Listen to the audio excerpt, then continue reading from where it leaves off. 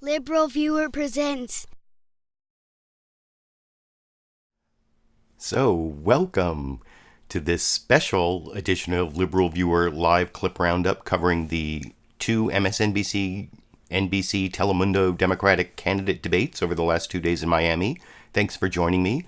I picked out the 15 best, most newsworthy clips from the corporate NBC, MSNBC, Telemundo news media for what should be a really educational, informative, fair use media criticism and political analysis show for you all tonight.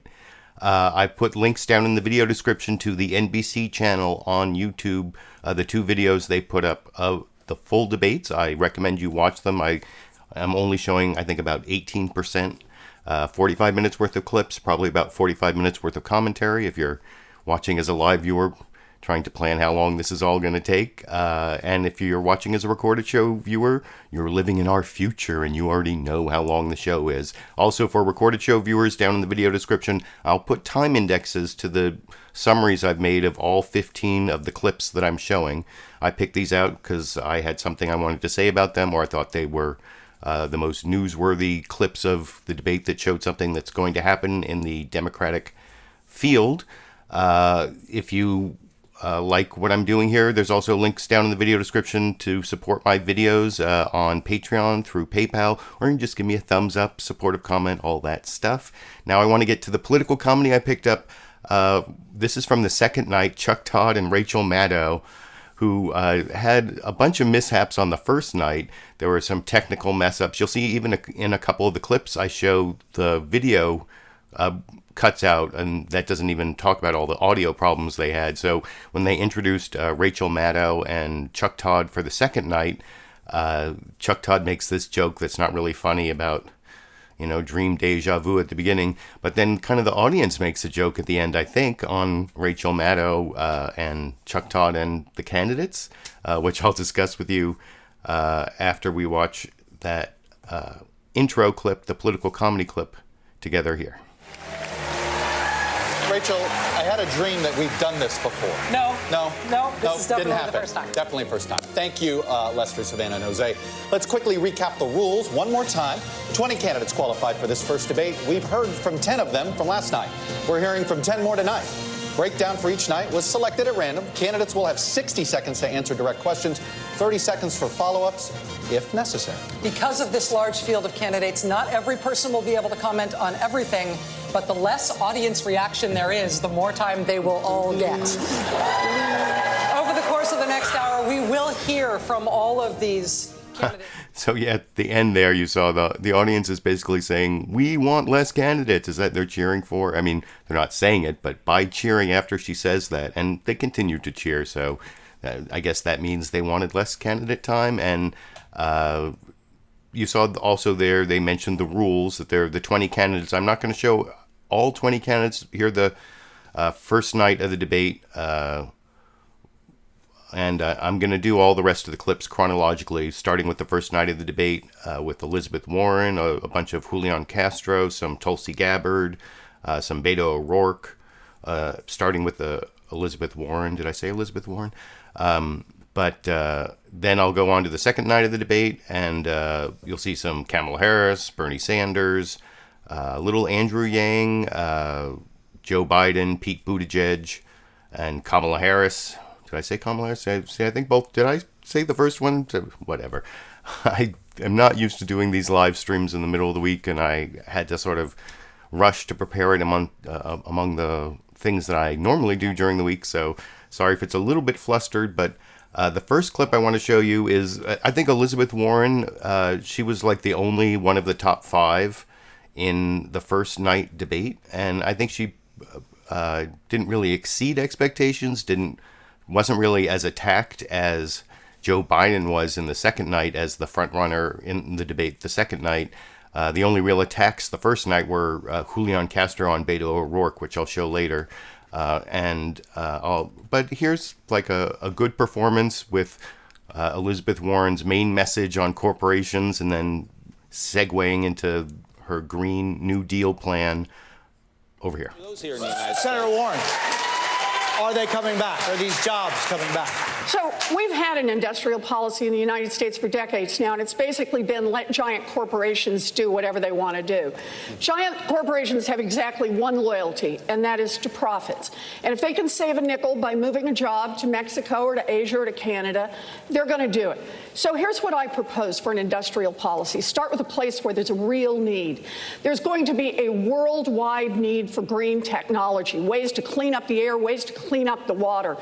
And we can be the ones to provide that. We need to go tenfold in our research and development on green energy going forward.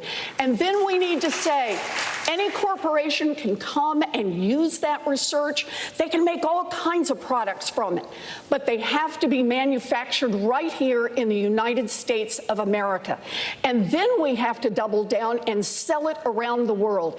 There's a $23 trillion market coming for green products.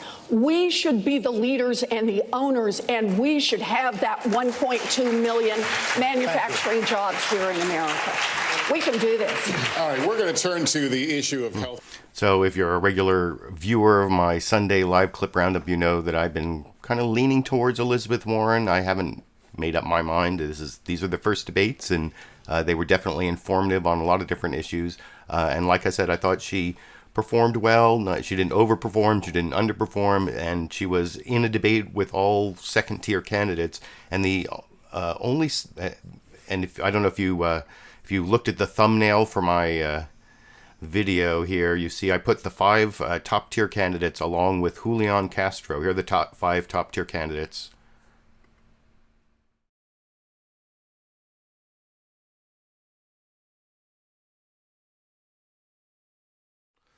So that's just based by the polls. It's Warren and Biden and Sanders and Buttigieg and Harris. Those were the top 5 going in. Julián Castro, on the first night, I think he really moved himself up a little or made some noise for himself. Maybe we'll do better in the polls after this. That's my personal opinion, and I'm going to show you what I base that opinion on in the next 3 clips. First, this is actually a case of José Díaz-Balart, the Telemundo host, asking questions here, really, I think, inserting himself into the debate, which is usually not a good thing for debate moderators to do. But, I mean, I think this is a really dramatic question from the moderator. Not that I disagree with the opinions that he's expressing through the drama. And then Julián Castro, I think, Julián Castro has a good response, which I will talk about with you a little more after we watch that clip together over here. To an issue that has been in the news, especially this week, there are undocumented children being held alone in detention, even as close as Homestead, Florida, right here, less than 30 miles from where we are tonight. Fathers and mothers and children are dying while trying to enter the United States of America. We saw that image today that broke our hearts, and they had names. Oscar Martinez and his 23-month-old daughter Valeria died trying to cross the river to ask for asylum in this country. Last month, more than 130,000 migrants were apprehended at the southern border. Secretary Castro, if you were president today, hoy, what would you specifically do?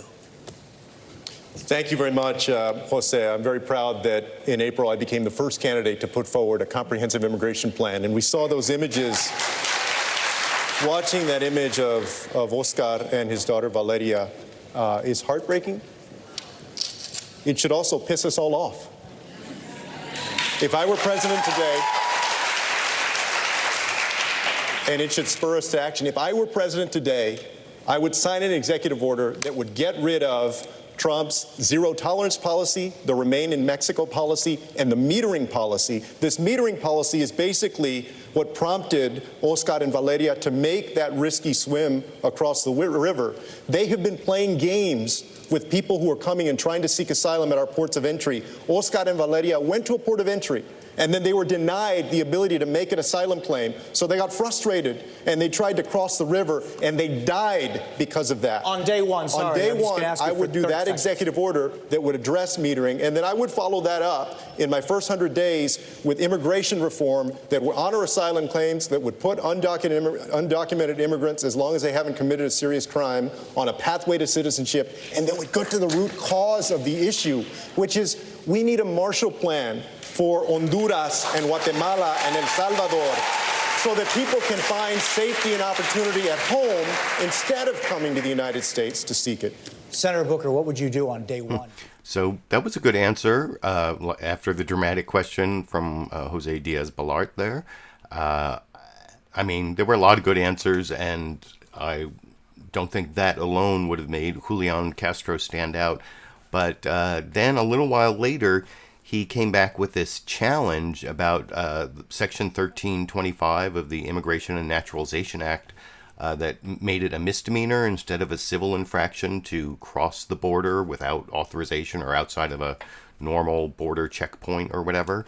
And he suggested decriminalizing that, which, I saw Chris Hayes, who's the host of MSNBC's All In with Chris Hayes. I have one of his books here behind my candle about the colony within a colony in a nation, how there are certain areas in our country we police like where they're colonies instead of, fellow American citizens or whatever, and that's a good book. But I heard Chris Hayes say this thing about the debates, how in the debates the party is not only deciding who the candidate's going to be, but it's gaining consensus on issues by candidates taking different positions on different issues and getting more and less popular in the party based on those positions. That's how the party decides, what the party believes in. And this issue about decriminalizing border crossing is an issue that Julián Castro injected into the debate, and you'll see it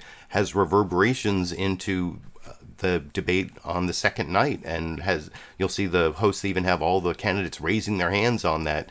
And of course, Julián Castro apparently had a specific candidate in mind he wanted to take down on this, which is the clip after next. But here's the challenge from Julián Castro on decriminalizing border crossing over here. Very briefly, and this is an important point, my plan, and I'm glad to see that Senator Booker, Senator Warren, and Governor Inslee agree with me on this. My plan also includes getting rid of Section 1325 of the Immigration and Nationality Act, to go back to the way we used to treat this when somebody comes across the border, not to criminalize desperation, to treat that as a civil violation. And here's why it's important. We see all of this horrendous family separation. They use that law, Section 1325, to justify under the law separating little children from their families. Jose, and so I want to challenge every single candidate on this stage to support the repeal of Section 1325. 30 seconds. As my friend here said, Though I just noticed that time he called it the Immigration and Nationalities Act. I called it the Immigration and Naturalization Act, and I'm pretty sure I'm right and he's wrong. But down in the comment section, you can let me know which one of us was right on that. But I'm pretty sure it's Immigration and Naturalization Act. But like I said, that was a really good setup of a important issue, decriminalizing border crossing. I happen to agree with him. I saw they're going crazy on Fox News. Trump pointed, oh no, it's the healthcare thing that week coming up about giving healthcare to undocumented immigrants. That'll be coming up in the second night. But they were also going crazy on Fox News about decriminalizing border crossing and saying it makes, it means Democrats are for open borders, but it just means it's not a crime. That doesn't mean that people who cross the border without authorization don't have any punishment. Deportation itself is not a criminal punishment. It's a civil proceeding. And so making it a civil violation has no effect on that, which is getting a little bit into the weeds of immigration law. But hopefully someone has looked up whether I'm right on the name of the INA with Section 1325 or Julián Castro is. But someone who Julián Castro was ready to show was not right on this issue was Beto O'Rourke, who got taken down. This is the most shining moment from Julián Castro, I think, where he showed how he can take down this his fellow Texan for his votes when he was in Congress. And I'll show Beto O'Rourke's response. This is about 3 minutes, which I'll watch with you and talk about a little more afterwards here. If I could, I'm sorry. Congresista O'Rourke, ¿qué haría usted en el primer día, si usted es presidente, sobre esta realidad que está ocurriendo? What would you do, Congressman, day one at the White House?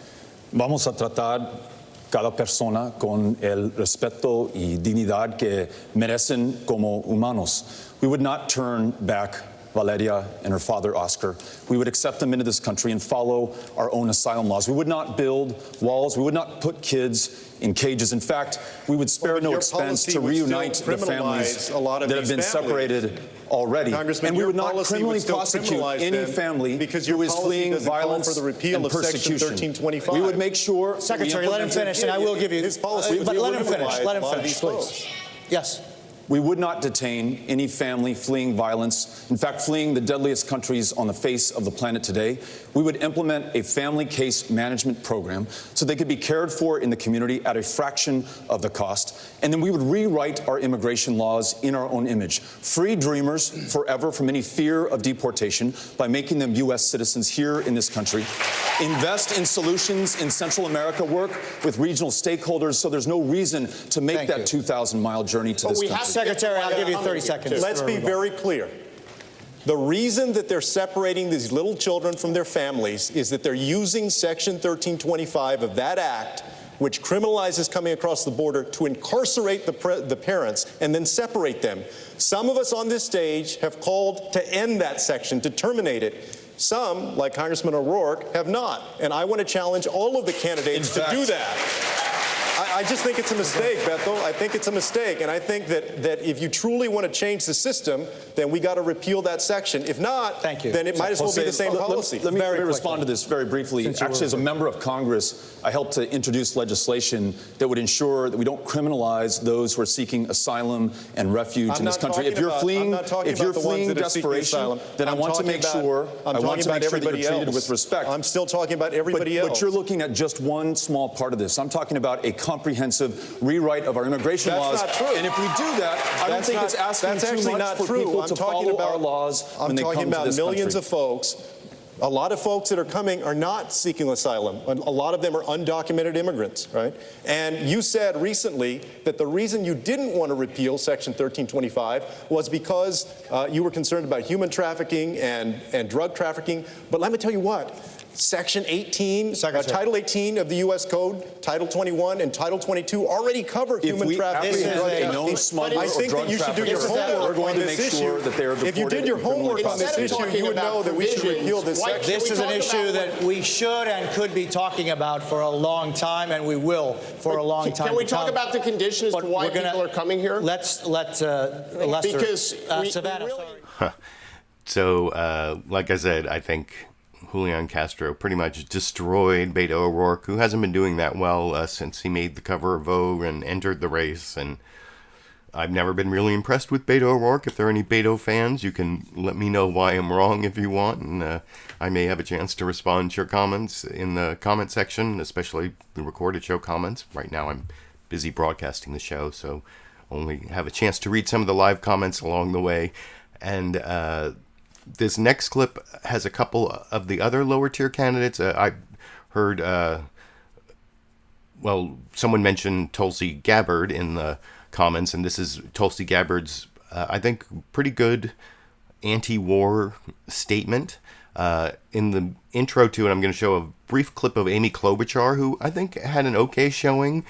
Some of her best lines kind of got stepped on, and that's where I'm starting this clip, is one of her good lines that got stepped on. I don't know if it's her fault or the moderator's fault or it's just one of those things, but you'll see she's talking about Trump's foreign policy and how, well, I guess her line is something like, foreign policy shouldn't be made by tweets in a bathrobe at 5 a.m. or something, and you can barely hear it. And then Tulsi Gabbard, and you'll see some of the glitches I was talking about. I'm not showing the major glitches. Like there was a point when Chuck Todd and Rachel Maddow took over the show where you could still hear the audio from the three previous hosts' wireless mics. At least they weren't doing anything like scandalous, but you could still hear their audio, and they had to like go to break and come back. And That was actually not this part, but you can see that there are some, for like 1 or 2 seconds, in a couple places, the video stream cuts out, and it's not my fault. That's just the way it was broadcast on MSNBC over in this clip. This president is literally every single day 10 minutes away from going to war, one tweet away from going to war, and I don't think we should conduct foreign policy in our bathrobe at 5 in the morning. Congresswoman Gabbard, Congresswoman Gabbard, you've said you would sign back onto the 2015 deal. Would you insist, though, that it address Iran's support for Hezbollah? Let's deal with the situation where we are, where this president and his chicken hawk cabinet have led us to the brink of war with Iran. I served in the war in Iraq at the height of the war in 2005, a war that took over 4,000 of my brothers and sisters in uniforms' lives. The American people need to understand that this war with Iran would be far more devastating, far more costly than anything that we ever saw in Iraq. It would take many more lives. It would exacerbate the refugee crisis. And it wouldn't be just contained within Iran. This would turn into a regional war. This is why it's so important that every one of us, every single American, stand up and say, no war with Iran. We need to get back into the Iran nuclear agreement, and we need to negotiate how we can improve it. It was an imperfect deal. There are issues like their missile development that needs to be addressed. We can do both simultaneously to prevent Iran from developing a nuclear weapon and preventing us from going to war. Time is up. I have just a very quick follow-up. Well, what would your red line be for military action against Iran? Look, obviously, if there was an attack against the our troops, then there would have to be a response. But my point is, and it's important for us to recognize this, is Donald Trump and his cabinet, Mike Pompeo, situation spark would light off a war with Iran, which is incredibly dangerous. That's why we need to de-escalate tensions. Trump needs to get back into the Iran nuclear deal and swallow his pride, put the American people first. Hey, but wait a minute. All right, we are out. But we will have much more. Mayor de Blasio will have more. The commercial is coming. We will continue our questioning next with Chuck Todd, Rachel Maddow. Stick around. And that's actually when you saw a couple little problems there with the video, which, like I said, that was not on my end. That was on the broadcast end. And then it just went downhill from there. I'm not going to show all the mishaps that MSNBC had in the first night, although I saw our president tweeting about it, kind of like what Amy Klobuchar was saying at the beginning of that clip, that he spends way too much time tweeting to be a serious foreign policy president or serious president in a lot of ways. But just because he's not serious doesn't mean he's not president, I guess. But that was Tulsi Gabbard. I know that there are a lot of people who have these conspiracy theories about her, and then there are actual facts about her meeting with Assad and having some connections to Russia, and so that's why I haven't really looked into those theories and facts very deeply, mainly because I don't think she's going to be the candidate, and I've seen her on the shows every now and then, but anyway, you can let me know if you have any more information or want to say anything about Tulsi Gabbard, if there are any Tulsi Gabbard fans out there. This next clip, I'm actually going to show a topic that a lot of people asked about. In my Sunday live clip roundup, the last couple weeks, I asked people to post in the comment section topics or candidates they specifically wanted me to cover, and I got multiple comments asking for me to cover climate change. So here I'm going to show some of those lower tier candidates talking in various ways about climate change, and you can see how none of these candidates really broke out, or at least in my opinion, and you can let me know your opinion while you're watching it. So this is Jay Inslee, Beto O'Rourke, Julián Castro, and Delaney, John Delaney. And Julián Castro, I think, did break out in a different part of the debate, but not so much in this answer. These are all fairly bland answers. The only one I really think is important is I edited at the end is the John Delaney one, which is I'm hoping one of those ideas that might percolate up, even if John Delaney himself isn't going to breakthrough as a candidate, about the carbon tax with the dividend. Maybe you could even combine it with Andrew Yang's universal basic income. But anyway, I'll talk about that a little more after we watch about 5.5 minutes on climate change from lower tier candidates in the Wednesday night, first night debate in Miami over here. The next question. Hold on, Governor, next, you're going to be happy with where we go. Governor Inslee, this next question is to you. You got me? Rachel. You got me? You have staked your candidacy on the issue of climate change.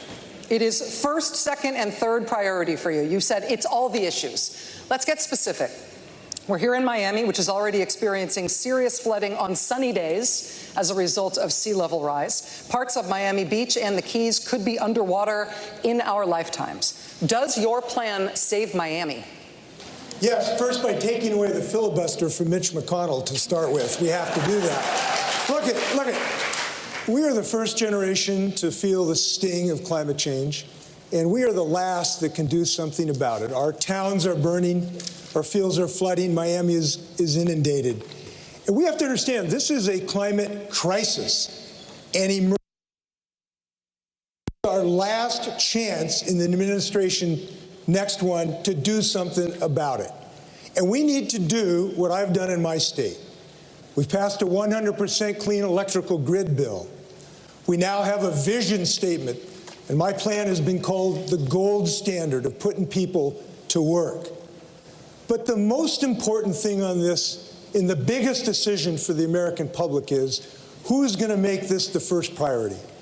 And I am the candidate and the only one who's saying this has to be the top priority of the United States, the organizing principle to mobilize the United States so that we can do what we've always done, lead the world and invent the future and put 8 million people to work. Governor Inslee, that's what we're going to do. Governor Inslee. Congressman O'Rourke, you've also put out a big climate change plan from your campaign. You want some big changes in a pretty short period of time, including switching to renewable energy, pushing to replace gas-powered cars in favor of electric ones. What's your message to a voter who supports the overall goal of what you're trying to do, but suddenly feels as if government's telling them how to live and ordering them how to live? What is that balance like? I think you've got to bring everybody in to the decisions and the solutions to the challenges that we face. That's why we're traveling everywhere, listening to everyone. We were in Pacific Junction, a town that had never meaningfully flooded before, just up against the Missouri River in Iowa. And every home in that community had flooded. There were farms just outside of Pacific Junction that were effectively lakes. Those farmers already underwater in debt. Their markets closed to them by a trade war under this administration, and now they don't know what to do. We, in our administration, are going to fund resiliency in those communities, in Miami, in Houston, Texas, those places that are on the front lines of climate change today. We're going to mobilize $5 trillion in this economy over the next 10 years. We're going to free ourselves from a dependence on fossil fuels, and we're going to put farmers and ranchers in the driver's seat, renewable and sustainable agriculture to make sure that we capture more carbon out of the air and keep more of it in the soil, paying farmers for the environmental services that they want to provide. If all of us does all that we can, then we're going to be able to keep this planet from warming another 2 degrees Celsius and ensure that we match what this country can do and live up to our promise and our potential. 30 seconds. Secretary Castro, who pays for the mitigation to climate, whether it's building seawalls, for people that are perhaps living in places that they shouldn't be living? Is this a federal government issue that needs to do that? Do they have to move these people? What do you do about that where maybe they're building a house someplace that isn't safe? Who pays to build that house? And how much should the government be bailing them out? Well, I don't think that represents the vast majority of the issue. In fact, my first visit after I announced my candidacy wasn't to Iowa or New Hampshire, it was to San Juan, Puerto Rico. Because people should know that if I'm elected president, everybody will count. And, I'm one of the few candidates in this race with executive experience, with a track record of getting things done. When I was mayor of San Antonio, we moved our local public utility. We began to shift it from coal-fired plants to solar and other renewables, and also created more than 800 jobs doing that. And when I was HUD Secretary, we worked on the National Disaster Resilience Competition to invest in communities that were trying to rebuild from natural disasters in a sustainable way. That's the way that we're going to help make sure that we're all safer in the years to come and that we combat climate change. And if I'm elected president, the first thing that I would do, like Senator Klobuchar also has said, is sign an executive order recommitting us to the Paris Climate Accord so that we lead again. Congressman Ryan, thank you very much. We're going to keep moving. Congressman Delaney, I'm going to get to you. I introduced the only bipartisan carbon tax bill in the Congress. All right. 30 seconds, go. All the economists agree that a carbon pricing mechanism works. You just have to do it right. You can't put a price on carbon, raise energy prices, and not give the money back to the American people. My proposal, which is put a price on carbon, give a dividend back to the American people. It goes out one pocket, back in the other. Thank you, Congressman. I can get that passed my first year as president with a coalition of every Democrat in the Congress and the Republicans who live in coastal states. Because Republicans in Florida, they actually care about this issue. This has got to be our way forward if we're actually serious about this issue. Congresswoman Gabbard. We're going to move here. So, like I said before, I showed the clip. I think the carbon tax, that's basically if you actually want to try to use market forces to deal with climate change, I think a carbon tax is a lot better than cap and trade, which is supposedly a market solution. Because a carbon tax basically means you add to the price of using carbon to because of the externalities of the actual cost of carbon isn't just the person using it, it's what it does to all the rest of us when the greenhouse gases end up in the atmosphere. So you have to raise the cost of carbon because that makes it actually represent the actual cost to society. And when you raise the cost of carbon through these taxes, it means that other sources of energy become more competitive because they don't have that tax on them, even if they are slightly more expensive. And then as they get more and more used, they get cheaper and cheaper. And so no one even pays the carbon tax because people aren't creating carbon through their energy use anymore. That's hopefully what happens. But the big problem with it, you see from like the Yellow Jacket protests, which were referenced in the debate from Chuck Todd there, that those taxes of a lot of people who use energy are poor or lower middle class or even middle class, and it has a real bite into their economic lives. And so you have to have some sort of rebate, like John Delaney was saying there. And so like a carbon tax with a rebate, or maybe a carbon tax combined with universal basic income that Andrew Yang, who was in the second night, I'm not going to show his universal basic income clip, but I'll show his that'll actually be the last clip I show, will be an Andrew Yang clip.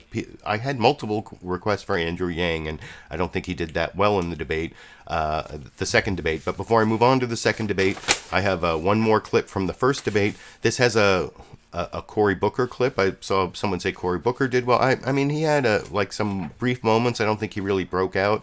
Here, this starts off with him talking about LGBTQ rights. And then I'll have clips of Amy. This is actually one of the Amy Klobuchar clips, but I only showed a brief clip of her having her line stepped on before. So this is a longer clip of her talking about fighting for Black and Latinx rights, and then Julián Castro also talking about the policing plan that he put out that I want to talk about briefly after we watch this final clip from the first night of the debates over here. Add to this. It's very important. 30 because seconds, this is not Senator. enough. Look, civil rights is some place to begin, but in the African American civil rights community, another place to focus on was to stop the lynching of African Americans. We do not talk enough about trans Americans, especially African American trans Americans, and the incredibly high rates of murder right now. We don't talk enough about how many children, about 30% of LGBTQ kids, who do not go to school because of fear. It's not enough just to be on the Equality Act. I'm an original co-sponsor. We need to have a president that will fight to protect LGBTQ Americans every single day from violence. Thank you, Senator Booker. Senator Klobuchar, let me put this to you. On the issue of civil rights, for decades, on the issue of civil rights and demographics, honestly, and politics, for decades, the Democratic Party has counted on African American voter turnout as step one to winning elections on a national level. Democrats are counting on the Latino community now and in the future in the same way. What have you done for Black and Latino voters that should enthuse them about going to the polls for you if you're your party's nominee? My life and my career and my work in the Senate has been about economic opportunity. And to me, this means better child care for everyone in this country. And when you want to have an economy that works, you need to have retirement that works. You need to have public schools that work. And you also need to make sure that those communities are able to get those jobs of the future, the STEM jobs. In fact, Donald Trump, one of the first bills that he signed, of the 34 he signed where I was the lead Democrat, okay, that's a first up here, was one that was about that, making sure minority community members could share in those jobs. So to me, this is about a few things. It's about an African-American woman that goes to a hospital in New Orleans, says her hands are swollen, and then doctor ignores her and her baby dies. It's about the fact that African-American women make 61 cents for every dollar a white man makes. So in short, we need to, one, and I will do this in my first 100 days as president, we will work to make sure everyone can vote at this table. Everyone can vote in this country. And we will also go to the next step of criminal justice reform. Senator Booker and I worked on that First Step Act, but we should go to the Second Step Act, which is to help all our communities across. Senator, thank you very much. 30-second follow-up to you. Secretary Castro, this is a 70% Latino city here in Miami. You are the only Latino Democrat who is running this year in the presidential race. Is that enough of an answer? What Senator Klobuchar is describing there, an economic justice agenda, is that enough to mobilize Latino voters to stand with the Democratic Party in a big way? Well, I also think that we have to recognize racial and social justice. And, you know, I was in Charleston not too long ago, and I remembered that Dylan Roof went to the Mother Emanuel AME Church, and he murdered 9 people who were worshiping, and then he was apprehended by police without incident. Well, but what about Eric Garner and Tamir Rice and Laquan McDonald and Sandra Bland and Pamela Turner and Antonio Arce? I'm proud that I'm the only candidate so far that has put forward legislation that would reform our policing system in America and make sure that no matter what the color of your skin is, that you're treated the same, including Latinos who were mistreated too oftentimes by police. Secretary Castro, thank you. Let me go over to Lester Holt, who's got a question, I believe. And so, yeah, that's the last clip from that debate. Though one thing I want to say about Julián Castro's answer there is that he did put out this plan. From a lawyer's point of view, he talked about getting rid of qualified immunity for police officers, which means, like, if they're going about their business, unless they do something that's, like, that they totally know is against the law, then you can't really sue them if they're government employees doing their jobs. And it's a really hard standard to beat for police officers because, I mean, you have to show that, like, the courts have ruled so clearly and so long ago that all cops know what they're doing is illegal in order to, like, get to successfully sue a cop for under federal civil rights, you know, the Section 1983 civil rights lawsuits for, you know, excessive force or false arrest or all sorts of different reasons that you can claim your civil rights have been violated. And so I actually, as a lawyer, thought that there was something worthwhile from Julián Castro when I saw he had that criminal justice reform proposal that included getting rid of qualified immunity for police officers. And that was before this whole debate performance in the first debate where, like I said, I think he was the one candidate who really broke out from the second-tier candidates, which is why I put him, and I think I can talk, yeah, this is the thumbnail for my video here. You see down on the right, that's Julián Castro, and then the other top 5-tier candidates, which were Elizabeth Warren, which I showed one clip from her at the beginning. She actually got less time in the second half of the debate, and but I think, like I said, she didn't under or overperform. And it was more of a quiet night than the second debate.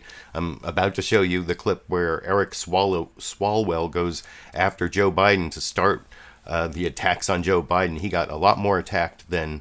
No one attacked Elizabeth Warren. It was really just Julián Castro attacking poor Beto O'Rourke, who did not do so well. The next debate had 4 of the top 5 candidates, Joe Biden, Kamala Harris, Bernie Sanders, and Pete Buttigieg. I think Biden had the worst night.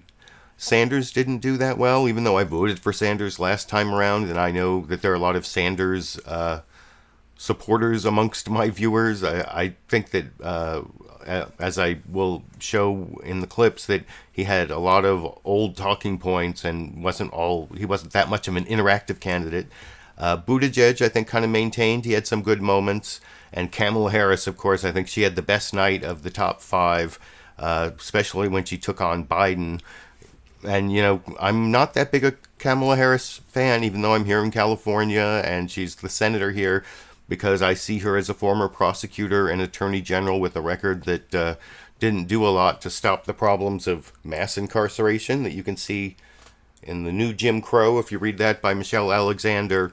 I think, and then you read about Kamala Harris's record here in California. She was much too complicit in that problem. You'll see later in one of the clips I show, Kamala Harris talks about her sister, Maya Harris, who was the executive director of the ACLU of Northern California when I first joined the board of directors of the ACLU of Northern California. So I have a lot of respect for her sister, and she's one of the chairs of Kamala Harris's campaign now, but she's going to have to, I mean, she broke out in the second debate. She's like I think she's going to go up in the polls. Maybe she'll even be the candidate, who knows, but she's going to have to do a lot to convince me that she's not complicit in mass incarceration based on her years as a prosecutor and an attorney general here in California. But she has a good line.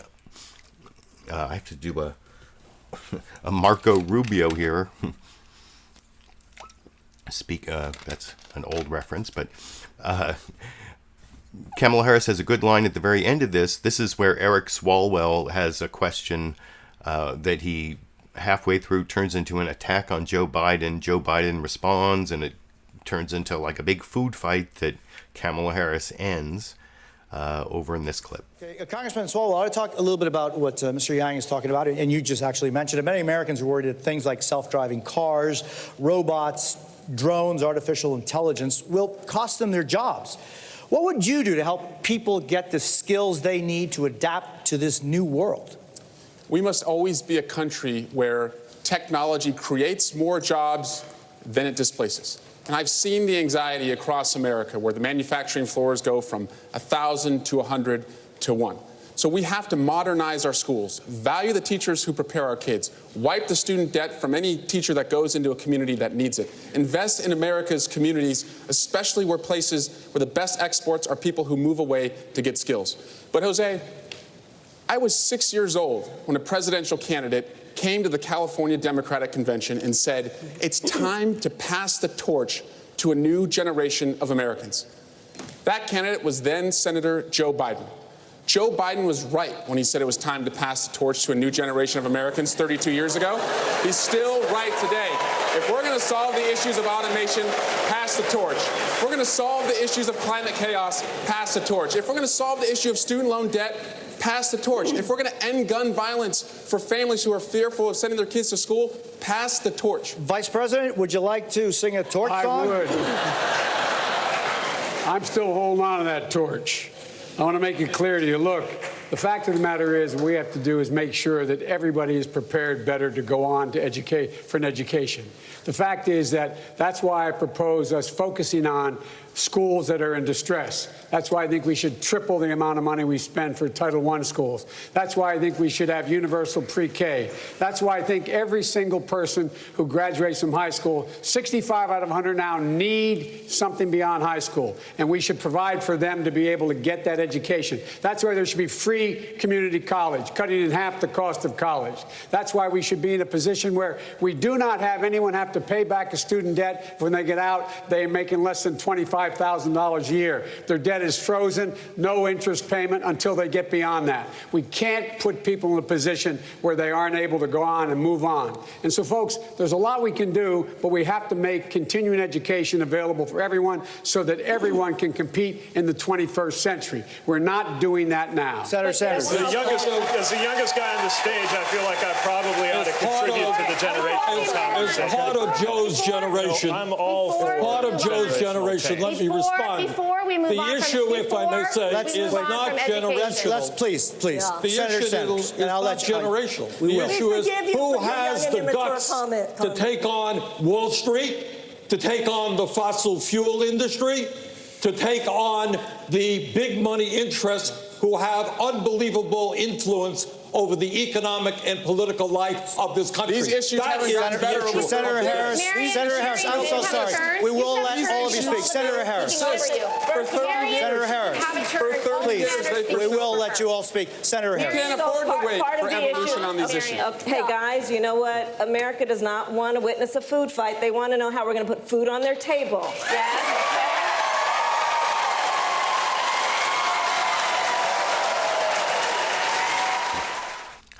So what do you think? Did Kamala Harris come in with that line, with the food fight, food on the table line, or did she just come up with it right there? It seems like that was prepared, but it was a fairly contingent preparation. I mean, how do you know you're going to be in the situation where you're going to, I guess, if you're preparing to hit Joe Biden, then, and you saw Joe Biden even gave her like a little clap there at the end of that clip. So that was a good zinger there from Kamala Harris. That was one of the clips I'm going to show that support my claim that Kamala Harris was the rising candidate of the second debate, and Biden and possibly Sanders were more falling. You saw Biden there tried to make a point. Sanders tried to make a point there about what's important isn't how old you are, but how willing you are to fight Wall Street and the powers that be and the big corporate, big money interests and all that. And I mean, those are good issues, kind of like what Elizabeth Warren was saying in the first clip I showed, but they seemed almost like, if you've been watching my Sunday live clip roundups and my debate clip roundups from 4 years ago, a lot of the Bernie Sanders answers sounded like they could have been used in his debates against Hillary Clinton 4 years ago, and specifically one I'm going to show you when he goes against Joe Biden on his Iraq war vote near the end. But the next clip I want to show is one of the ones that again got a lot of play on Fox News, where it was one of the ones that started with everybody raise your hands, and this is everybody raise your hands on getting rid of their private health insurance. The question after this, Kamala Harris actually said she thought the questioner was asking, are you willing to get rid of your own health insurance? If you listen to the question, that's kind of, it is a little ambiguous, but it talks about all the millions of Americans who have their private health insurance, and are you willing to tell them that that you would get rid of their? Well, you'll see how it's worded. I think it pretty much sounds like he's saying get rid of everyone's private health insurance. But I could see how you could try to interpret it. It seems maybe after the fact someone came up with that explanation. And Joe Biden does this sort of sneaky half hand raise thing in a lot of these hand raising questions. But anyway, after I show the hand raising, I'm going to show explanations. This is, I think, the longest clip I'm going to show. It's slightly over 6 minutes because I'm going to show you answers from Kirsten Gillibrand, Pete Buttigieg, Joe Biden, and Bernie Sanders, all explaining how they want to transition to single payer from somewhere between 150 and 180 million people in the United States have private health insurance, many through employers. I mean, the thing is, if they didn't have to pay their yearly or their premiums, and employers didn't have to pay premiums, even if people have to pay more in taxes, they're going to come out ahead. They might even get a raise from their employers, since, the capitalists love to pass on the savings to their workers, right? No, that was a socialism joke, since I'm about to show a Bernie Sanders clip along with several other people, which I will talk about with you after we watch this long 6-minute, 12-second clip together over here. About health care last night that spurred a lot of discussion, as you know. We're going to do it again now. Many people watching at home have health insurance of their employer. Who here would abolish their private health insurance in favor of a government-run plan? right. Kirsten Gillibrand, Senator Gillibrand. Yeah, so no, it's my turn. Go ahead. So this is a very important issue. So the plan that Senator Sanders and I and others support, Medicare for All, is how you get to single payer. But it has a buy-in transition period, which is really important. In 2005, when I ran for Congress in a 2-to-1 Republican district, I actually ran on Medicare for All, and I won that 2-to-1 Republican district twice. And the way I formulated it was simple. Anyone who doesn't have access to insurance they like, they could buy in at a percentage of income they could afford. So that's what we put into the transition period for our Medicare for All plan. I believe we need to get to universal health care as a right, not a privilege, to single payer. The quickest way you get there is you create competition with the insurers. God bless the insurers. If they want to compete, they can certainly try. But they've never put people over their profits, and I doubt they ever will. So what will happen is people will choose Medicare, you will transition, we will get to Medicare for All, and then your step to single payer is so short. I would make it an earned benefit, just like Social Security, so that you buy in your whole life. It is always there for you, and it's permanent, and it's universal. Senator, your time is out. I want to put that same question to Mayor Buttigieg. Yeah, we've taught, look, everybody who says Medicare for all, every person in politics who allows that phrase to escape their lips has a responsibility to explain how you're actually supposed to get from here to there. Now, here's how I would do it. It's very similar. I would call it Medicare for all who want it. You take something like Medicare, a flavor of that, you make it available on the exchanges, people can buy in, and then if people like us are right, that will be not only a more inclusive plan, but a more efficient plan than any of the corporate answers out there, then it will be a very natural glide path to the single-payer environment. But let's remember, even in countries that have outright socialized medicine, like England, even there's still a private sector. That's fine. It's just that for our primary care, we can't be relying on the tender mercies of the corporate system. This one's very personal for me. I started out this year dealing with the terminal illness of my father. I make decisions for a living. And nothing could have prepared me for the kind of decisions our family faced. But the thing we had going for us was that we never had to make those decisions based on whether it was going to bankrupt our family because of Medicare. And I want every family to have that same freedom to do what is medically right, not live in financial fear. Your time is complete. Vice President Biden, I want to put the question to you. You were one of the architects of Obamacare. So where do we go from here? Well, look, this is very personal to me. When my wife and daughter were killed in an automobile accident, my two boys were really very badly injured. I couldn't imagine what it would be like had I not had adequate health care available immediately. And then when my son came home from Iraq after a year, he was diagnosed with terminal cancer, and he was given months to live. I can't fathom what would have happened if, in fact, they said, by the way, the last 6 months of your life, you're on your own. We're cutting off. You've used up your time. The fact of the matter is that the quickest, fastest way to do it is build on Obamacare, to build on what we did. And secondly, to make sure that everyone does have an option. Everyone, whether they have private insurance, employer insurance, or no insurance, they, in fact, could buy in the exchange to a Medicare-like plan. And the way to do that, we can do it quickly. Look, urgency matters. There's people right now facing what I faced and what we faced without any of the help I had. We must move now. I'm against any Democrat who opposes to take down Obamacare and any Republican who wants to get rid of Obamacare. Let me turn to Senator Sanders. Senator Sanders, you basically want to scrap the private health insurance system as we know it and replace it with a government-run plan. None of the states that have tried something like that, California, Vermont, New York has struggled with it, have been successful. If politicians can't make it work in those states, how would you implement it on a national level? How does this work? Listen, I find it hard to believe that every other major country on earth, including my neighbor 50 miles north of me, Canada, somehow has figured out a way to provide health care to every man, woman, and child, and in most cases, they're spending 50% per capita what we are spending. Let's be clear. Let us be very clear. The function of health care today, from the insurance and drug company perspective, is not to provide quality care to all in a cost-effective way. The function of the healthcare system today is to make billions in profits for the insurance companies.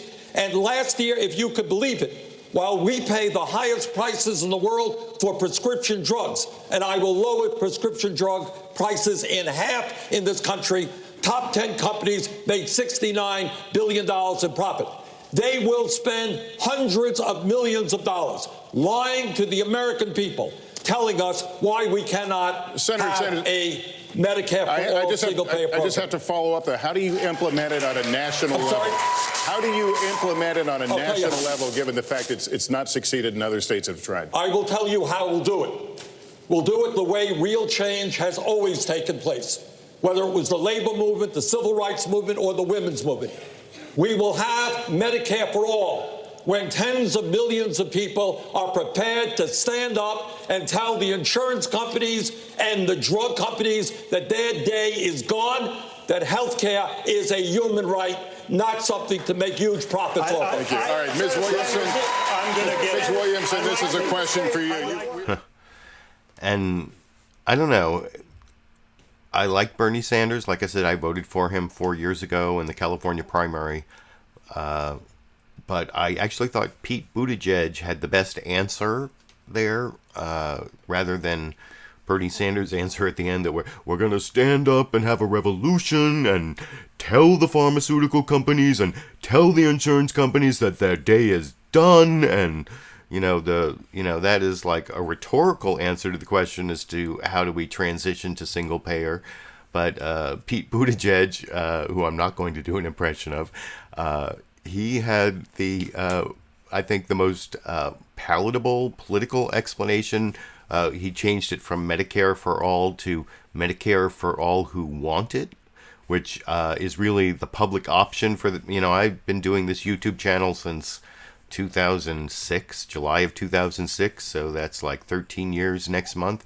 And that includes 2009, 2010. I had a bunch of videos on Obamacare and the zombie public option. We thought we were going to get the public option. We never got the public option. And what the public option is basically Medicare for all who want it, or like a government healthcare plan, nonprofit healthcare plan that competes with the for-profit corporate plans.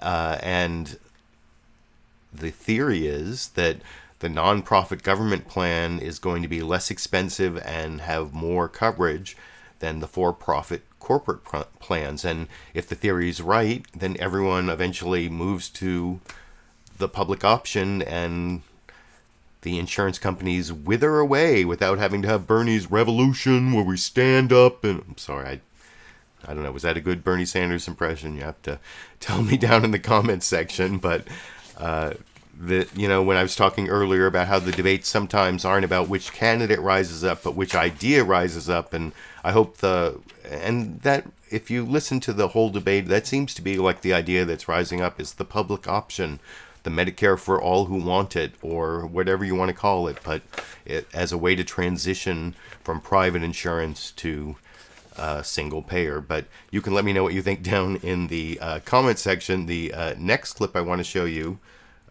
is a Kamala Harris clip where she talks about immigration and DACA and asylum and American values. There's one thing she says here that she talks about wanting to go for DACA, with, that's deferred action on childhood arrivals, which is kids who were brought here through no fault of their own, undocumented, under the age of 16, and now have grown up and don't have any criminal record. There are all sorts of requirements and stuff. And that was a program that President Obama instituted by executive order, and then Trump repealed, but then a court stopped him. And one of the reasons I wanted to bring this up is because the Supreme Court just said today that they're going to take up DACA, and it's going to come up during the election year. So DACA, whether Trump, he tried to say that they don't have protection anymore, and if the Supreme Court agrees, all of a sudden there are going to be all these really sympathetic, I hate the good immigrant, bad immigrant dichotomy, and that's one of the things I applaud Julián Castro for in the clip I showed in the debate from the previous night where he went against Beto O'Rourke and said, well, we're not just talking about asylum seekers. Some of these people aren't seeking asylum. They're just undocumented. And that's the thing. You don't have to be a dreamer to be worthy of sympathy. And there are a lot of people here who are just undocumented, who have built a life, who are members of our community, who contribute to our communities. I know people who aren't dreamers, but still deserve recognition. But anyway, so I wanted to bring that up. And then Kamala Harris also says that she's not only going to protect the dreamers under DACA, but also their parents, which used to be called DAPA. And I think the courts actually found under Obama, they actually struck that down. I'm not sure. It didn't go to the Supreme Court. I can't recall, but that was one criticism I wanted to make. But I'll talk about all of that. Not much more, because I pretty much criticized this clip before I showed it. But this is right before the Who Wants to Decriminalize Border Crossing clip will be the next one. But this is it's a good Kamala Harris answer that I will talk a little more about after we watch it together here. Last month, more than 130,000 migrants were apprehended at the southern border. Many of them are being detained, including small children, in private detention centers in Florida and throughout our country. Most of the candidates on this stage say the conditions at these facilities are abhorrent. On January 20th, 2021, if you are president, what specifically would you do with the thousands of people who try to reach the United States every day and want a better life through asylum? Immediately on January 20th of 2021, I will, first of all, we cannot forget our DACA recipients, and so I'm going to start there. I will immediately, by executive action, reinstate DACA status and DACA protection to those young people. I will further extend protection for deferral of deportation for their parents and for veterans, who we have so many who are undocumented and have served our country and fought for our democracy. I will also immediately put in place a meaningful process for reviewing the cases for asylum. I will release children from cages. I will get rid of the private detention centers. And I will ensure that this microphone that the President of the United States holds in her hand is used in a way that is about reflecting the values of our country, and not about locking children up, separating them from their parents. And I have to just say that we have to think about this issue in terms of real people. A mother who pays a coyote to transport her child through their country of origin, through the entire country of Mexico, facing unknown peril to come here. Why would that mother do that? I will tell you. Because she has decided for that child to remain where they are is worse. But what does Donald Trump do? He says, go back to where you came from. That is not reflective of our America and our values, and it's got to end. Governor Hickenlooper. Actually, I don't think I have any Governor Hickenlooper clips for the governor. Are there any Governor Hickenlooper fans out there? I don't think there are. Governor Hickenlooper should go run for senator of Colorado, right? Am I right? Am I wrong? You tell me if you're a Governor Hickenlooper for president fan out there. Tell me if I'm wrong, but I'm right. You know I'm right. But like I said, I pretty much pre-criticized that clip in legal terms about, I think they called it DAPA for the parents of the DACA people, and I also thought it was kind of topical because the Supreme Court's going to take up the whole DACA issue, and it's going to come up in the 2020 term, like a year from now, if it's all the difficult cases come out at the end, like you just saw the census case and the gerrymandering case came out in the last couple days. That means like in June of 2020, we're probably going to get the DACA decision. And so that's why that last answer was important. Now this next clip is another one of those raise your hand questions. And this is something they just went crazy about on Fox News since this happened last night. This is the raise your hand on the question that Julián Castro... this is the one they really went crazy on was on giving health care to undocumented immigrants. But this is just the one from Julián Castro, the raising their hand on decriminalizing border crossing. That's the Section 1325 thing that Julián Castro set up in the first night debate. And the two answers I have are Pete Buttigieg and Joe Biden. But watch Joe Biden in the hand raising. Here he really, it looks like, is he raising his hand or not raising his hand? And when he gets called on it, he never actually says whether he would decriminalize border crossing. And you'll hear at the very end, he dodges the question about whether he would deport people who did nothing other than cross the border illegally. Anyway, I'll talk about all of that a little more after we watch this clip that starts with candidate hand raising again over here. We had a very spirited debate on this stage last night on the topic of decriminalization of the border.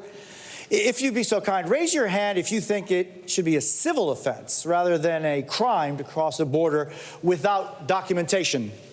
Can we keep the hands up so we could see them? And let's remember, that's not just a theoretical exercise. That criminalization, that is the basis for family separation. You do away with that, it's no longer possible. Of course, it wouldn't be possible anyway in my presidency because it is dead wrong. We got to talk about one other thing, because the Republican Party likes to cloak itself in the language of religion.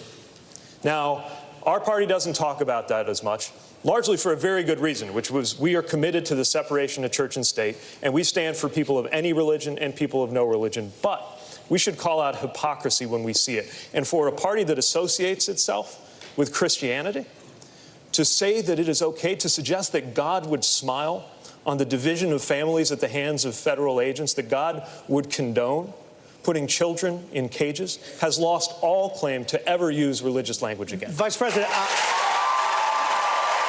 Mr. Vice President, I don't know if you raised your hand or were just asking to speak.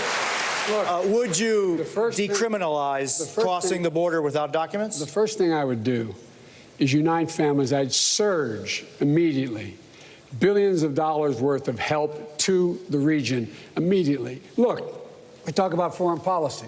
I'm the guy that got a bipartisan agreement at the very end of the campaign, at the very end of our term, to spend $740 million to deal with the problem. And that was to go to the root cause of why people are leaving in the first place. It was working. We saw, as you know, a net decrease in the number of children who were coming. The crisis was abated. And along came this president. He said he immediately discontinued that. We all talk about these things. I did it. I did it. 740 million. Now look, second thing we have to do. The law now requires the reuniting of those families. We would reunite those families, period. And if not, we put those children in a circumstance where they were safe until we could find their parents. And lastly, the idea that he's in court with his Justice Department saying children in cages do not need a bed, do not need a blanket, do not need a toothbrush. That is outrageous. Vice President, the Obama-Biden administration was... The Obama-Biden administration deported more than 3 million Americans. My question to you is, if an individual is living in the United States of America without documents, and that is his only offense, should that person be deported? No. Depending if they committed a major crime, they should be deported. And the president was left in his... President Obama, I think, did a heck of a job. To compare him to what this guy's doing is absolutely, I find, close to immoral. But the fact is that, look, we should not be locking people up. We should be making sure we change the circumstance, as we did, why they would leave in the first place. And those who come seeking asylum, we should immediately have the capacity to absorb them, keep them safe until they can be heard. A 15-second, if you could, if you wish to answer. Should someone who is here without documents, and that is his only offense, should that person be deported? That person should not be the focus of deportation. We should fundamentally change the way we deal with things. Senator, I want to suggest that I agree with a lot of what Kamala just said. So you heard that dodge at the end, Joe Biden. That person should not be the focus of deportation. He didn't really deal, for people who've been watching my channel for many years, I have been, as a ACLU activist. I fought for immigrants' rights for many years before Trump was elected president, fought against secured communities, and that was something Kamala Harris brought up against Biden at one point. But the next clip is the real Kamala Harris versus Joe Biden clip. But I just want to say that I think Joe Biden went downhill in this debate for a lot of different reasons, especially the next clip I'm going to show. But for me, it was that last clip where he would, I mean, he's kind of, I guess, maybe trying to make sure he's able to pivot to the general election since, you know, he's the front runner. So he wants to stay closer to the center so that he doesn't take radical positions for the general election. So that's why he saying that he won't commit to not deporting people who just have illegally crossed the border and done nothing else wrong. They just won't be the focus of deportation. And you notice he sort of like half raised his hand on decriminalizing border crossing. And when he was called on it by the moderator, he didn't actually ever answer that question either. And for me, that's sneaky.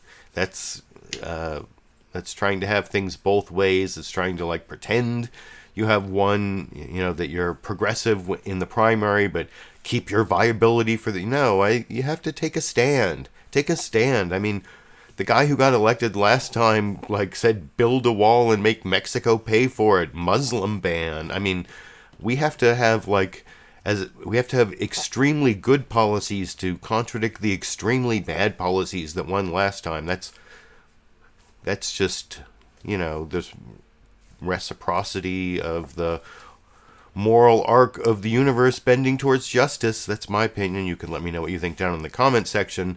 And speaking of the moral arc of the universe bending towards justice, this next clip, I think of all the 4 hours of the 2 nights of debates, this was probably the most consequential clip for how polls are going to change. And Biden even put out a statement today, sort of like trying to apologize for this, because he makes a states' rights argument, which is like what the argument segregationists made when he talks about busing and integration of the schools. And Kamala Harris she had this all prepared.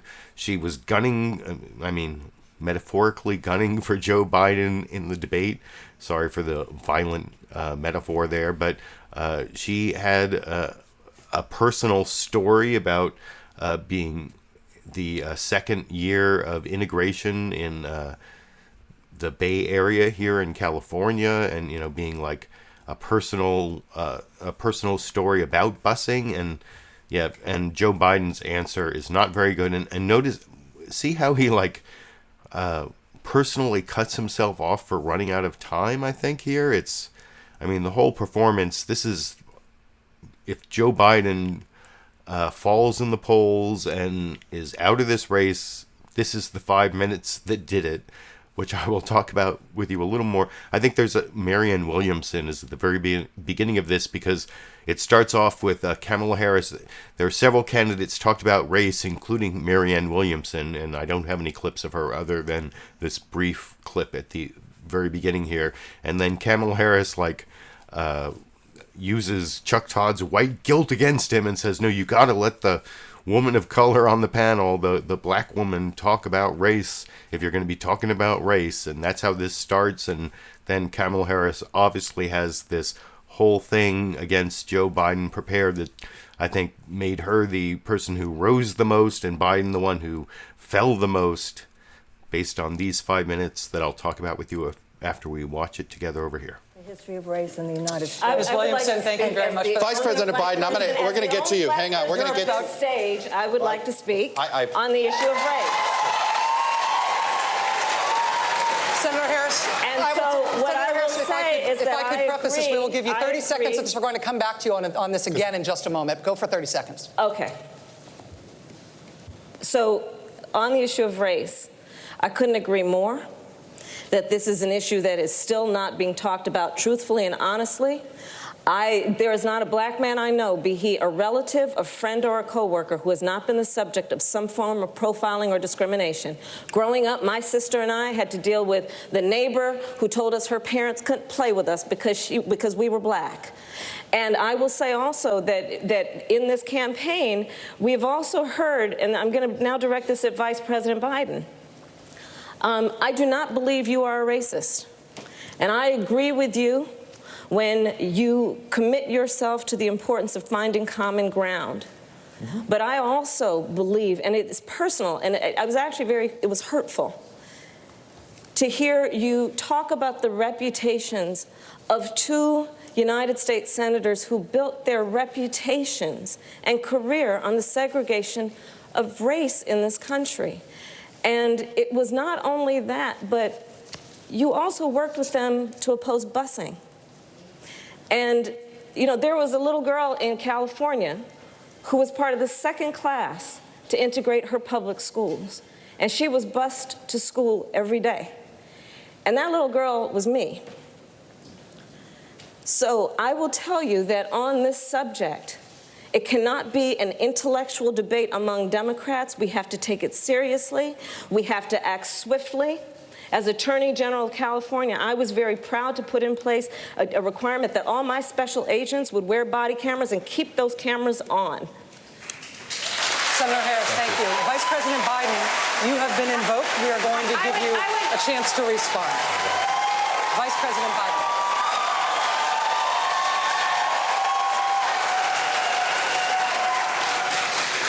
It's a mischaracterization of my position across the board. I did not praise racist. That is not true, number one. Number two, if we want to have this campaign litigated on who supports civil rights and whether I did or not, I'm happy to do that. I was a public defender. I didn't become a prosecutor. I came out and I left a good law firm to become a public defender when in fact my city was in flames because of the assassination of Dr. King. Number one. Now, number two, as the Vice President of the United States, I work with a man who, in fact, we worked very hard to see to it we dealt with these issues in a major, major way. The fact is that in terms of busing, the busing, you would have been able to go to school the same exact way because it was a local decision made by your city council. That's fine. That's one of the things I argued for, that we should be breaking down these lines.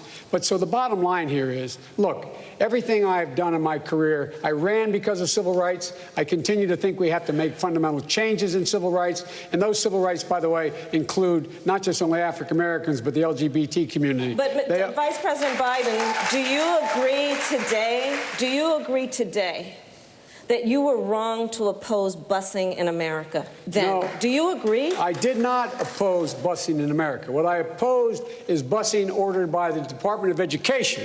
That's what I opposed. Well, there was a failure of states to integrate public schools in America. I was part of the second class to integrate Berkeley, California public schools almost 2 decades after Brown v. Board of Education. Because your city council made that decision. It was a local decision. So that's where the federal government must step in. That's why we have the Voting Rights Act and the Civil Rights Act. That's why we need to pass the Equality Act. That's why we need to pass the ERA, because there are moments in history where states fail to preserve the civil rights of all people. I have supported the ERA from the very beginning when I ran for the Vice President Biden, 30 seconds, because I want to bring other people into this. I supported the ERA from the very beginning. I'm the guy that extended the Voting Rights Act for 25 years. We got to the place where we got 98 out of 98 votes in the United States Senate doing it. I've also argued very strongly that we, in fact, deal with the notion of denying people access to the ballot box. I agree that everybody, once they, in fact, they should. Anyway, my time's up. I'm sorry. Thank you, Vice President. All of these things have Senator Sanders. My time's up. I'm sorry. It sounded like he wanted to get out of that conversation. And he did that a couple times, which didn't seem that aggressive. I don't know. Maybe he's a rule follower, and that means that he believes in the rule of law, unlike our current lawless president. Is that, I don't know, is that the message he's trying to send? Or I think more he just wanted to get out of that conversation. But I generally thought that was a weak response from Joe Biden to that takedown from Kamala Harris that was well prepared. I did like I didn't even know that Joe Biden had been a public defender, but I like that him pointing out being a public. I spent 5 years working as a public defender, working against prosecutors and pointing out that Kamala Harris was a prosecutor, which I talked about before, and is a reason that I don't have a lot of support for her as a candidate. I mean, I would vote for her against Donald Trump, that's for sure, but she's not my preferred candidate, even though she's from California, because I know her record as a prosecutor and as a attorney general. And, you know, she said one thing in there about how she supported body cameras, but I think that might have been after. I'm not sure at what point she supported the body cameras, but she has not been a good proponent of transparency and accountability for police officers in California when she was Attorney General. There were a lot of laws that we tried to get passed that now we're just recently getting passed. Last year we got SB 1421 for police transparency. This year it looks like AB 392 on police use of force.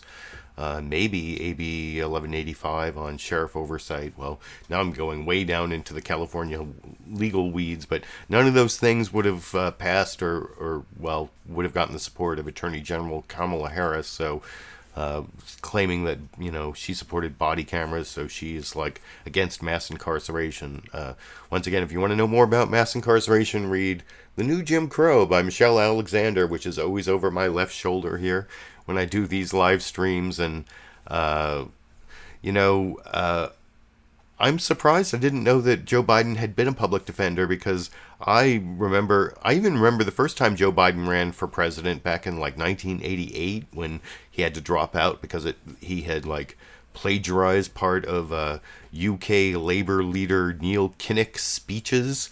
And I even remember, you know, for in the early 90s, I worked as an airport shuttle driver at Los Angeles International Airport, and I got like an extra big tip from this British family because I knew that Neil Kinnock was the Labour leader in the UK, and the whole reason was because of the whole Joe Biden plagiarism scandal in 1988. So I remember that race. I remember when he ran for president in 2008 and didn't do so well, and but I never knew he was a public defender, so that was one good point he made. But otherwise, that was a big takedown from Kamala Harris, even though I'm not a big Kamala Harris fan. And before, I have two shorter clips here. This next clip is a clip of the two big losers. You know, in my thumbnail, like I said, I have Julián Castro and the top five, and the two white straight males, Joe Biden and Bernie Sanders, I think, lost the most in these debates, and they were both in the second debate. And I'd say that Buttigieg and Warren stayed about the same. Harris went up, and maybe Julián Castro went up from the second tier. That's my prediction based on my watching of the debates. You know, I didn't think Donald Trump could be president, so my predictions aren't always accurate. But this next clip is Biden and Sanders, and I think both in their ways here show, you saw several Biden clips showing why he did not do well in the debate. And I already talked about Sanders a little bit, but this is a Biden versus Sanders on foreign policy, and Biden, I don't think, does a great job of explaining his Iraq war vote. And Sanders, I swear if I went back 4 years and I found a clip of Bernie Sanders talking about Hillary Clinton's Iraq war vote, other than like talking about Iran maybe, this would be almost the exact same answer. It's like Bernie Sanders needs to get new material if he's going to run 4 years later. That's my only point. I know there are a lot of Bernie Sanders fans out there, and I voted for him in the California primary 4 years ago. I haven't even made up my mind who I'm voting for. I'm just giving you my honest opinion of his performance. And of the top five candidates in my 6-candidate thumbnail here, I'm saying I think Biden and Sanders did the worst in these two debates.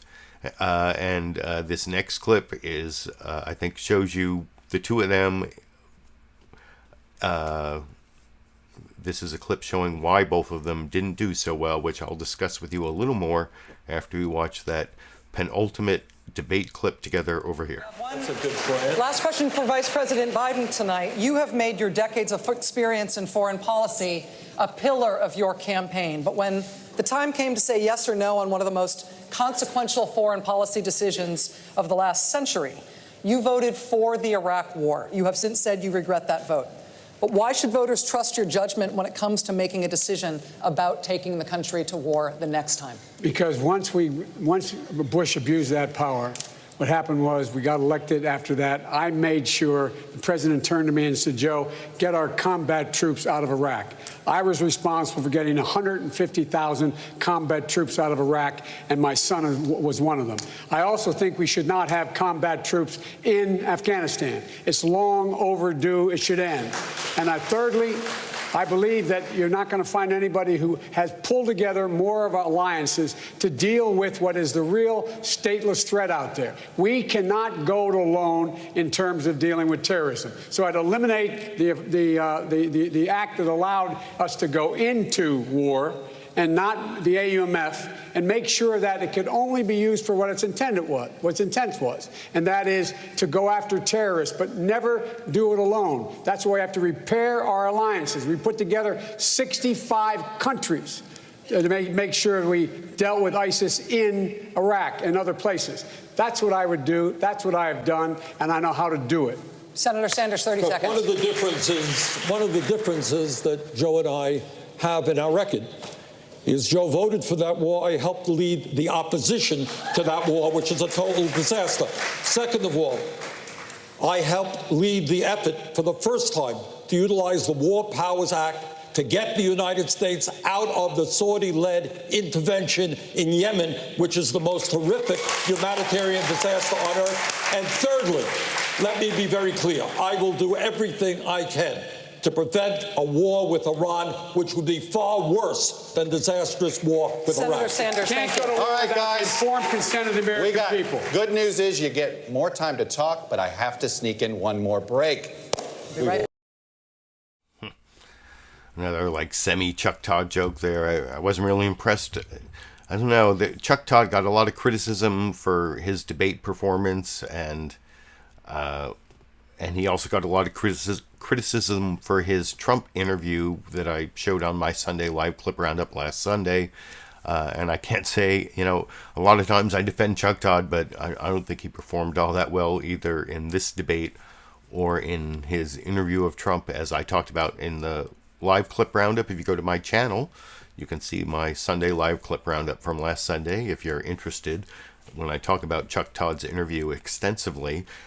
The last debate clip I want to show, and I do think I have sort of a bonus Sandy clip here for viewers who are waiting for that, because Sandy's been lying down there, and I just took a little video of her a minute ago that I will be showing you before I end the show. But before I get to that, I had several people in the comments of my last two Sunday live clip roundups when I asked for candidates they wanted covered. Andrew Yang came up multiple times. I know he has like a big internet following. I like his universal basic income idea. And I'm not going to show the clip of him saying that. I don't think he did very well in the second debate. Maybe, and I criticized, I have to do another quick Marco Rubio. I criticized Joe Biden earlier for doing an early pivot to the center for the general election. Well, it seems like Andrew Yang, his whole candidacy is like a pivot to the center, and he even made that point explicitly in his concluding remarks. And so for the Andrew Yang fans out there, I did get several Andrew Yang requests. Here's Andrew Yang's 45-minute conclusion, which might have been his best 45 seconds, but not the best 45 seconds for a Democratic primary, maybe for a general election that I don't think he's going to be in. Over here. In fighting for this. Senator Gillibrand, thank you.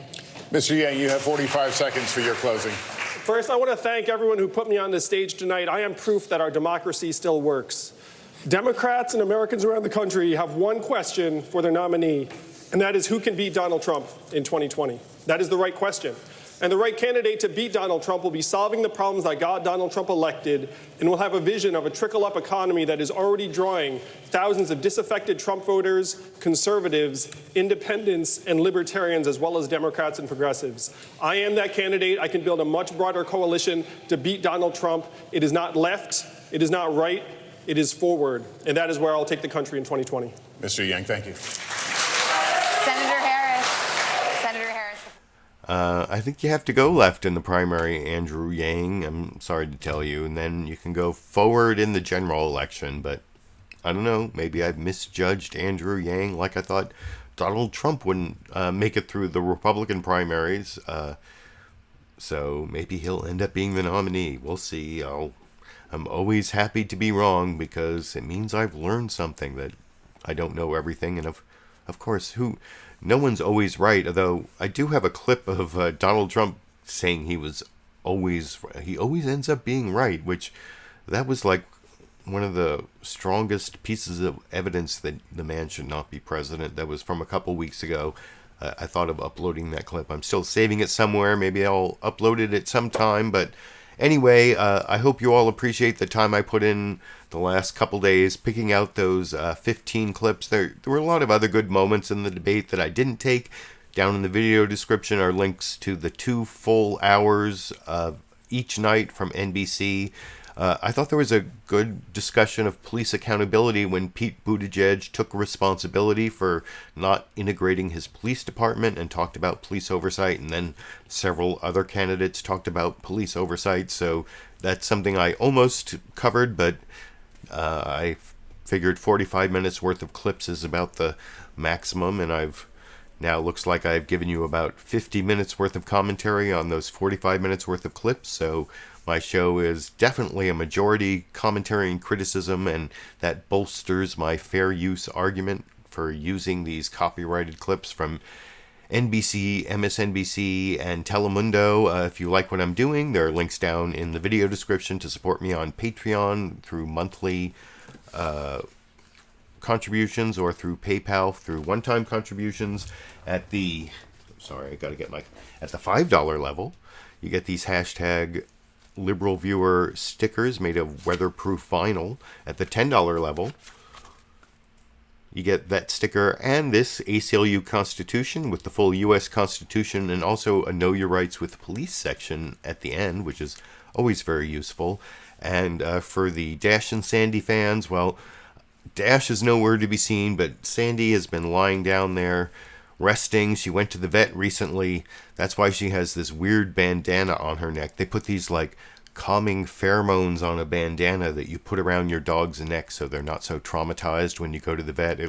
I don't know, seems like something Marianne Williamson might have talked about in the debates, but even though I didn't have any Marianne Williamson clips. But if you're wondering why Sandy is wearing a bandana in this 8-second clip, it's a bandana from the New Age vet with the calming pheromones. Over here. Come here, Sandy.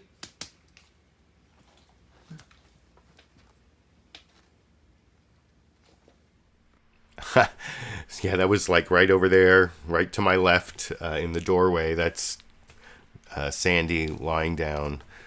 She's snoring now. So thanks for joining me. Hopefully I'll be able to do these debate clip roundups. My Sunday live clip roundup last week got demonetized, and I'm worried this video is going to get demonetized because I described all the 15 clips I used, and I use keyword that means my video description has words like Iran and race and food fight, war. I don't know if it's like YouTube has gotten very sensitive to talking about anything these days. So, like I said, there's other ways to support me making videos in the future, especially, these live clip roundups for debates. That's like extra work during the week, and I'd like to keep doing it, but you can let me know what you think down in the comment section if you think it's worth my time and energy. And if you want to support it, like I said, there are ways to do that. And I will be back in 2 days on Sunday. I don't know how much of the Sunday morning news analysis shows will be devoted to the Democratic debate, how much will be devoted to Trump, like joking with Putin today about, oh yeah, please, Putin, do not interfere in our elections, ha ha ha ha, or whatever it was he said today in Japan. It's just every day is like another Trump scandal, and any of those 20 candidates, any of them, I would probably vote for. I mean, there's a couple that I don't know much about still, even after watching the debates, but I feel almost certain I would vote for any of them.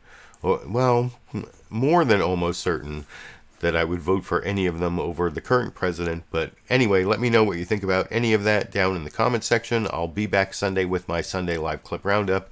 And until then, I guess I will be seeing all of you around the internet.